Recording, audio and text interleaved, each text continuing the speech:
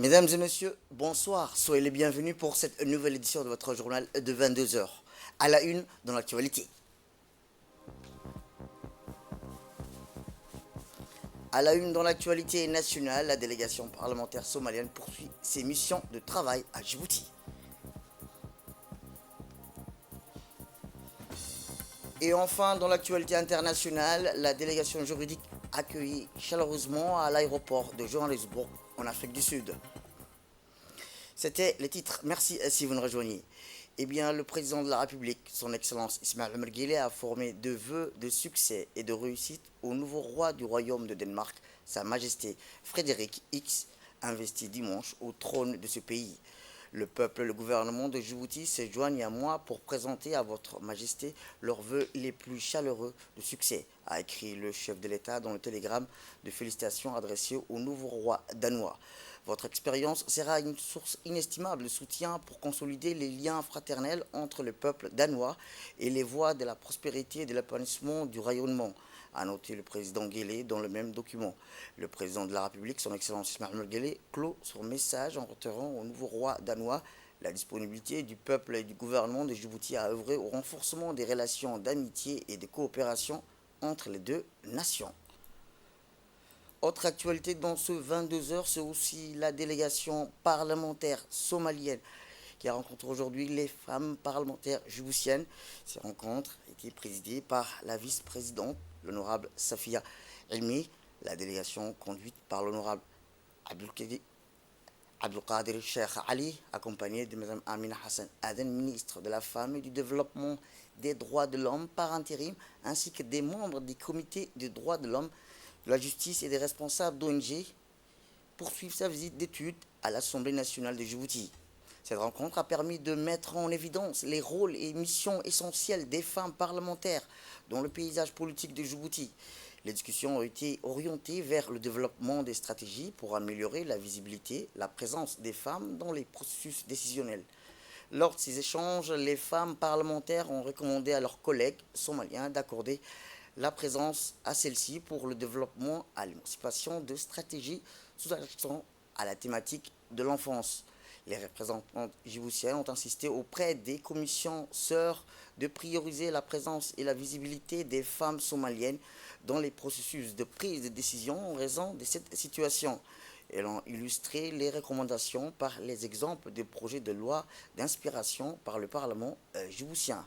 Tout de suite après, dans la deuxième partie de ces séries de rencontres, c'est sous la présidence du deuxième vice-président, l'honorable Omar Ahmed Ouaïs, que la délégation conduite par l'honorable Abdelkader Sheikh Ali, accompagnée de Mme Amina Hassan, ministre de la Femme et du Développement des Droits de l'Homme par intérim, ainsi que des membres des comités des droits de l'homme, de la justice et des responsables d'ONG, qui ont rencontré M. Ali Soubani Ataye, président, et les membres de la Commission nationale des droits de l'homme. Au cours de cette assise, l'accent a été mis sur les politiques, les programmes et les initiatives spécifiques à Djibouti concernant la protection des droits de l'enfant et la promotion des droits de l'homme. La CNDH, à part ses actions déterminées, contribue activement à la promotion et à la protection des droits de l'homme dans tous ses aspects. Les discussions ont permis d'évaluer les progrès réalisés dans ce secteur et d'identifier les obstacles et défis restants, offrant ainsi des pistes de réflexion pour la délégation somalienne. La délégation, à travers ses rencontres et échanges, met en avant et met en lumière l'importance de la coopération et du dialogue continu entre les différents acteurs pour garantir le respect et la promotion des droits de l'homme. Eh bien, dans une réaction accordée à notre confrère de la radio-télévision de Djibouti, la ministre de la Femme et du Développement des Droits de l'Homme par intérim, Mme Amina Hassan, s'est dit réjouie de rencontrer le président de la Commission des droits de l'homme de Djibouti et les membres de la commission, ainsi que les femmes parlementaires djiboutiennes. Mme Amina Hassan a indiqué que cet entretien était très bénéfique et un partage des compétences entre les deux parties. Pour finir, la ministre de la Femme et des Droits de l'Homme par intérim du Somalie et intermédiaire a indiqué qu'elle remercie l'accueil chaleureux réservé et l'hospitalité réservée ainsi qu'à elle et à sa délégation qui l'accompagne. Eh bien, voici les propos du président de la Commission nationale des droits de l'homme, Ali Soubani Ataye, lors de la visite de la délégation parlementaire somalienne conduite par la ministre de la Femme et du Développement des droits de l'homme par intérim, Mme Amina Hassan. C'est un honneur pour nous, la Commission des droits de l'homme de Djibouti, d'avoir été invité, de participer aux côtés de l'Assemblée nationale à l'accueil et aux échanges qui ont eu lieu avec la ministre des Femmes et des droits de l'homme, ainsi que la Commission des droits humains du Parlement fédéral de la Somalie. Donc la Somalie, elle n'a rien à apprendre auprès de nous. C'est un grand pays qui connaît l'ensemble des dispositions internationales en matière des droits de l'homme. Toutefois, Djibouti se tiendra toujours à côté et à la disposition de nos frères et nos sœurs somaliens pour les rapporter un tant soit peu tout concours visant à améliorer la situation des droits humains en Somalie et vice-versa. Et enfin, la délégation conduite par l'honorable Abdelkader Cheikh Ali, accompagnée de Mme Amina Hassan, ministre de la Femme et du Développement des droits de l'homme par intérim, ainsi que des membres des comités droits de l'homme et de la justice et des responsables d'ONG, ont effectué dans l'après-midi une visite du siège de l'Union nationale des femmes djiboutiennes. Ces rencontres ont été présidées par la secrétaire générale de l'UNFD, Mme Fatma Moussa, et a vu la participation du vice-président de l'Assemblée, l'honorable Safia Elmi, la maire adjointe de la ville de Djibouti et les femmes parlementaires djiboutiennes. Cette rencontre a permis de mettre en évidence les rôles et missions essentielles de l'Union nationale des femmes djiboutiennes. La secrétaire générale de l'UNFD a rappelé l'évolution de l'UNFD depuis sa création de l'Union nationale des femmes de Djibouti depuis l'accession de notre pays à l'indépendance, œuvre dans ses missions d'aide et de développement destinées essentiellement à la société civile et plus particulièrement aux femmes et aux jeunes. Parmi nos missions, a-t-elle rappelé, de son côté, la ministre de la Femme et du Développement des droits de l'homme par intérim a remercié les membres de l'UNFD pour l'accueil chaleureux à son égard par les femmes djiboutiennes. Direction l'Arabie Saoudite, où le ministre des Affaires musulmanes et des Biens Waqf, Moumin Hassan Barre, a représenté notre pays à la 3e édition de la conférence internationale sur les services du Hajj qui s'est tenue à Jeddah, en Arabie Saoudite, du 6 au 11 janvier dernier. Cet événement a rassemblé des ministres et chefs des délégations en charge des affaires du Hajj de plus de 80 pays. La cérémonie d'ouverture marquée par la présence du vice-gouverneur de la région de la Mecque, le prince Saoud bin Michal Al Saoud, et du ministre du Hajj. La délégation djiboutienne comprenait notre ambassadeur à Riyad, Diereddine Bamkrama, le consul, M. Ali Miad, le représentant du ministère à Jeddah, M. Ousmane Farh, le directeur des affaires musulmanes, la directrice administrative. Une réunion importante s'est tenue entre Moumin Hassan Barre et son homologue saoudien du Hajj, de l'Umrah. Les discussions ont porté sur les préparatifs du Hajj 2024, aboutissant à une réponse positive de l'Arabie Saoudite à l'ensemble des demandes formulées par la partie djiboutienne. Un protocole d'accord a été signé établissant les bases d'une coopération renforcée pour assurer des services de haute qualité aux pèlerins djiboutiens. En parallèle à la conférence, Moumin Hassan Barre a mené des rencontres bilatérales avec ses homologues de la Somalie, du Qatar, de la Turquie, de la Mauritanie, de l'Algérie. Ces dialogues ont été axés sur le renforcement des relations bilatérales et l'échange des expériences en matière du Hajj. La participation active et fructueuse du ministre à cette conférence marque la consolidation des relations dans l'amélioration des services du Hajj fournis à nos pèlerins. Les efforts de la délégation djiboutienne avec les prestataires de services à la Mecque et à Médine ont été essentiels pour garantir que les pèlerins djiboutiens accomplissent les rituels du Hajj dans les meilleures conditions possibles. Retour à Djibouti, où l'Association nationale des collectivités locales de Djibouti a marqué un jalon significatif en signant un contrat de subvention avec l'Association pour le développement agricole et rural à Dikil. L'objectif principal de cette initiative est de financer le projet gestion de la collecte des déchets à Mouloud à l'arrivée La délégation de l'ANCD, dirigée par son président, Omar Hussein, également président du conseil régional de Tadjoura, accompagné de son bureau exécutif, dont Ali Rufa Aden, le secrétaire permanent, M. Flavian Saz, l'assistant technique international de l'AIMF, coordinateur du projet, a été chaleureusement accueilli à la préfecture par le préfet de Dikil, Hassan Abdiroble, et le président du conseil régional de Dikil, Mahad Hussein Ahmed, le trésorier du bureau exécutif de l'ANCD, Mahmoud Ouaberi Miguel, et le président de l'association ADAR. La signature officielle du contrat de subvention qui a eu lieu au conseil régional de Dikil engage ainsi l'ANCD et ADAR dans le financement du projet crucial de gestion des déchets à Meloud. Ces premiers projets de l'ANCD interviennent en réponse à l'expansion rapide du village de Meloud où des habitants ont envahi la décharge d'ordures, causant des problèmes de santé et environnementaux majeurs. Le projet baptisé Gestion de la collecte des déchets à Meloud, financé par l'ANCD avec le soutien de l'Association internationale des maires francophones, vise à apporter des solutions concrètes pour une gestion améliorée des déchets ménagères. Eh bien, ces projets soutenus par l'ANCD, ces projets mettent en place un mécanisme de soutien aux collectivités locales et aux associations de base dans chaque région commune. La cérémonie d'aujourd'hui symbolise le soutien financier crucial de l'ANCD à l'ADAR pour la concrétisation du projet à Mouloud. Écoutons ces quelques réactions recueillies par notre équipe. L'AMF est un partenaire de l'Association nationale des collectivités locales de Djibouti depuis un moment. Elle a accompagné au niveau structurel.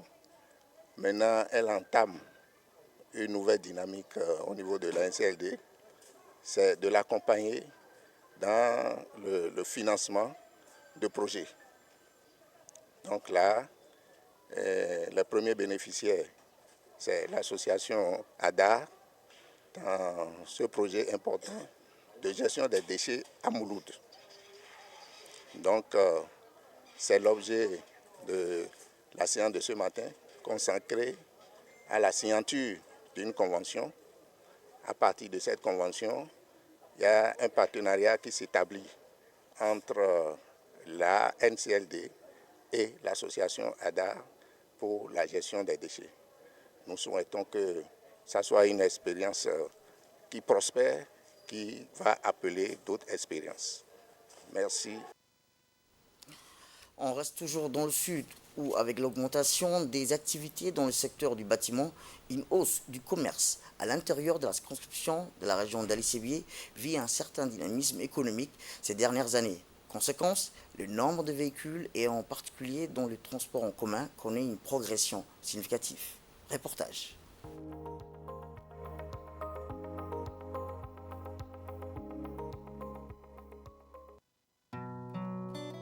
Avec l'augmentation des activités dans le secteur du bâtiment, une hausse du commerce à l'intérieur de la circonscription, la région d'Ali-Sébié vit un certain dynamisme économique ces dernières années.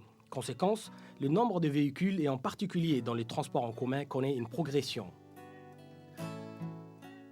Autre conséquence, la gare routière de la ville inaugurée en 2015 n'arrive plus à contenir les nombreux bus qui relient le chef-lieu à la capitale. Devant l'insuffisance des aires de stationnement encadrées, le conseil régional d'Ali-Sébié a jugé utile de s'adapter à cette progression pour faciliter à la fois le travail des prestataires et le déplacement des usagers.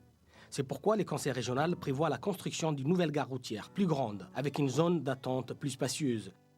Objectif : simplifier les stationnements, harmoniser les flux et accorder plus de facilité aux passagers à travers une meilleure organisation. Le président du conseil régional d'Ali-Sébié, Charmarki Hassan, nous en dit plus sur ces projets. Au niveau de notre région, nous avons mis en place un projet de construction d'une nouvelle gare routière pour accorder des facilités aux véhicules de transport commun aux activités annexes. Si nous avons mis en place ce projet, c'est parce que le besoin est réellement là.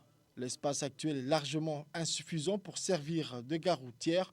Aujourd'hui, les activités du secteur de transport ont augmenté significativement. Rien que les tuk-tuk, on en compte 250 de la ville. Pour les bus, la région en compte de 400 à 500. Ces bus desservent non seulement la capitale, mais aussi la localité avoisinante comme Assamo, Ali Adé ou Galilée. Pour accompagner cet appui, les syndicats des bus d'Ali Sabié s'est organisé à son tour. Il y a encore quelques mois, plusieurs cars étaient interdits à la circulation faute de paiement de la patente, réduisant ainsi le nombre de véhicules des liaisons avec la capitale. Aujourd'hui, ce ne sont plus les propriétaires qui se chargent de payer les frais. Le syndicat a obtenu une délégation des propriétaires et s'occupe de toute la procédure. Le président du syndicat de bus d'Ali Sabié. Il est l'initiateur de ce procédé. Nous l'avons suivi dans ses démarches auprès des services déconcentrés. Pour le président du syndicat des bus, c'est jour de paiement. Muni de tous les documents nécessaires, il doit s'acquitter des droits des patentes auprès des services fiscaux. Avant, beaucoup de nos voitures étaient aux arrêts pour non-respect de la loi concernant les impôts. La plupart des propriétaires n'avaient pas la capacité de payer. Nous avons alors décidé de collecter de l'argent pour faire face à ces difficultés et pour respecter les règles afin de circuler sans souci. L'année dernière, nous avons procédé de la même manière. En faisant cela, nous participons également au développement de notre région. Vous savez, nous vivons essentiellement de ce métier. Nous n'avons pas d'autre formation. Notre objectif est donc de converger des vues, de trouver de nouvelles idées pour développer le secteur du transport dans notre région. Nous avons toujours contribué au syndicat, mais on n'avait pas encore agi de la sorte. C'est une première pour nous. Nous sommes vraiment satisfaits. Le syndicat est à notre service. Ça fait 36 ans que j'exerce ce métier. Cette année 2024 et en 2023 aussi, c'est notre organisation qui a payé pour moi aussi bien le frais de la patente que celui de la vignette. En procédant avec méthode, non seulement il y a levé d'interdiction de circuler pour les bus jusqu'à là, en défaut de paiement, mais régularise en même temps les droits dus au service des impôts. Pour ces derniers, même minimes, ces manquements constituaient un manque à gagner pour la collectivité. Nous félicitons le président du syndicat de bus qui a pris cette initiative. Il est payé en une seule fois par chèque pour l'ensemble des bus. Avant cela, nous devrions courir derrière les bus. Nous prenions des mesures contre ceux qui ne se conformaient pas après expiration du délai de paiement. Avant cela, nous devrions courir derrière les bus. Nous prenions des mesures contre ceux qui ne se conformaient pas après expiration du délai de paiement. Mais cette fois, ils ont tout facilité sans qu'on ait besoin de faire de contrôle. Nous sommes gagnants des deux côtés et c'est une très bonne chose. Ces démarches représentent un changement important pour le secteur du transport dans la région. Les usagers n'auront plus à s'inquiéter de trouver à temps leurs moyens de transport et les transporteurs d'être à jour quant à leurs obligations vis-à-vis des services des impôts. Direction le nord à présent, où les plus récentes dans le nord du pays ont fortement endommagé le corridor nord, en particulier la route numéro 9. En réponse, Djibouti Port Corridor Road, dirigé par M. Abdi Ibrahim Farah, a lancé des travaux de réhabilitation pour remédier à la situation. La circulation était particulièrement difficile en raison du manque de fluidité, de confort et des préoccupations liées à la sécurité routière. Priorisant la sécurité des usagers de la route numéro 9, le responsable du corridor nord, Smaïl, a réagi rapidement en mobilisant un chargeur d'une entreprise locale pour rendre la route praticable. Les travaux incluent le nettoyage des radiers, l'élimination des dépôts de matériaux, le désablement de la voie et le déchargement des talus. Ces interventions ont été supervisées par le préfet de la région, M. Mohamed Abbas.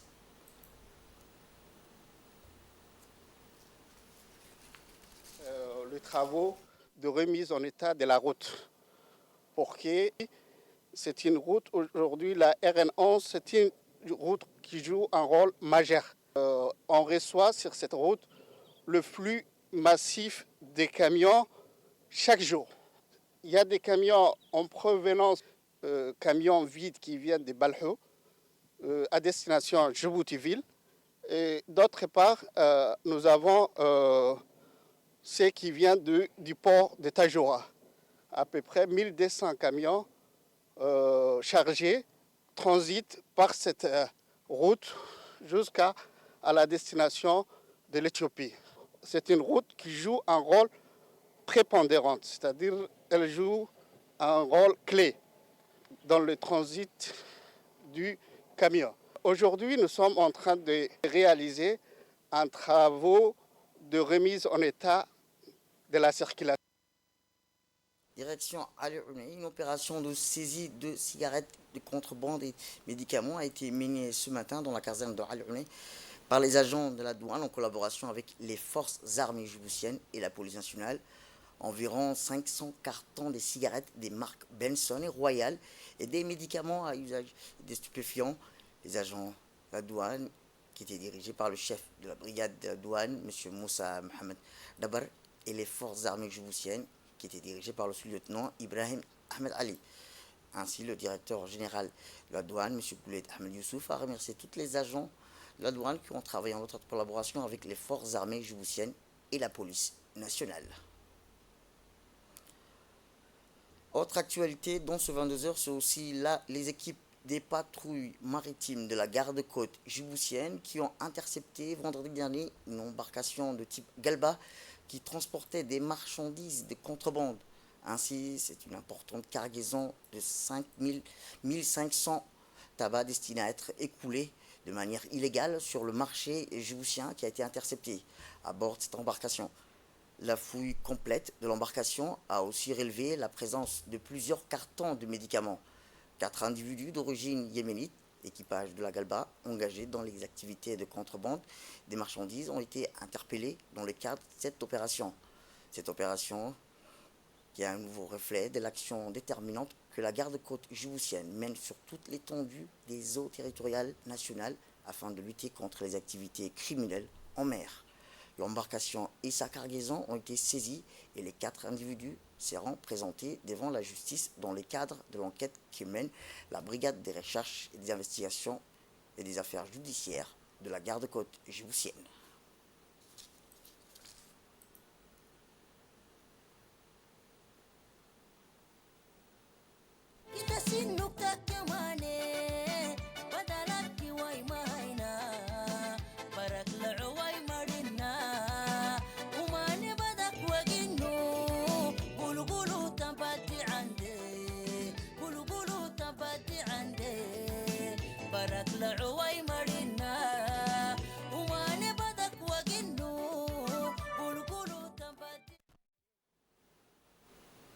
Et enfin, dans le fait divers, l'équipe mobile de la brigade de la douane de la région de Tadjoura ont saisi une importante quantité de cad, soit plus de 2200 kg de cad qui a été saisi par la douane de Tadjoura avec la collaboration de la gendarmerie de la région de Tadjoura. Les moyens de transport des contrebandiers ont été saisis, mais malheureusement les contrebandiers ont pris la fuite. Le directeur général de la douane, M. Goulet Ahmed Youssouf, a remercié tous les agents des forces nationales de la région de Tadjoura qui ont travaillé en étroite collaboration avec la douane pour cette saisie. Et dans l'actualité internationale, en déplacement en Égypte, le ministre des Affaires étrangères chinois Wang Yi a plaidé hier au Caire pour la cessation des bombardements israéliens dans la bande de Gaza et l'acheminement de l'aide humanitaire. Les deux pays militent pour une solution à 2 États et ont appelé à un sommet international pour la paix afin de trouver une solution juste, entière et pérenne à la question palestinienne. M. Wang a également rencontré le président égyptien Abdel Fattah al-Sisi le même jour. Il a en outre discuté de la coopération régionale et des crises émergentes avec le secrétaire général de la Ligue arabe, Ahmed Abou Gheit. Dans ce contexte, le secrétaire général des Nations Unies a appelé à un cessez-le-feu immédiat à Gaza et à l'arrêt de l'escalade le long de la ligne bleue à la frontière entre le Liban et Israël. Il a souligné que le nombre de morts parmi les civils à Gaza en 100e jour est sans précédent où la plupart des victimes sont des femmes et des enfants, a-t-il déclaré. En Afrique du Sud, je vous le dis dans le titre, la délégation juridique sud-africaine a été chaleureusement accueillie à l'aéroport de Johannesburg après son retour de l'arrêt où elle a intenté une action en justice contre Israël pour génocide contre les Palestiniens à Gaza. Mais selon les juristes, ce n'est pas que la première étape d'une procédure qui risque de durer des années.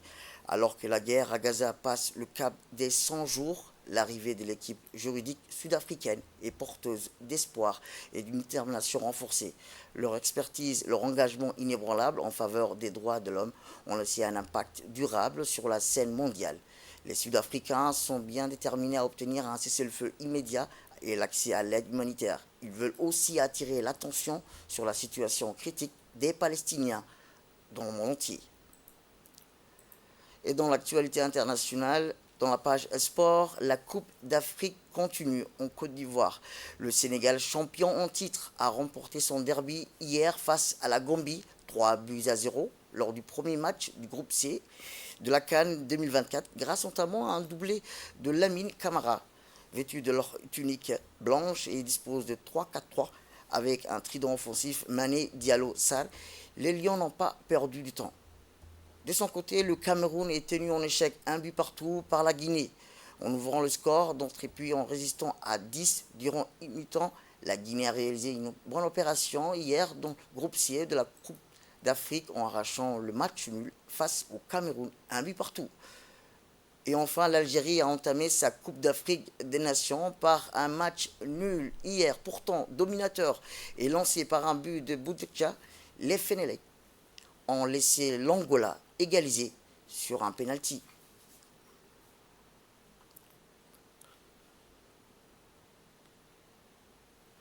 C'est tout pour cette édition. Merci à vous de nous avoir suivis. Restez avec nous pour la suite de nos programmes télévisés. Le programme continue sur Télé Djibouti. Restez avec nous.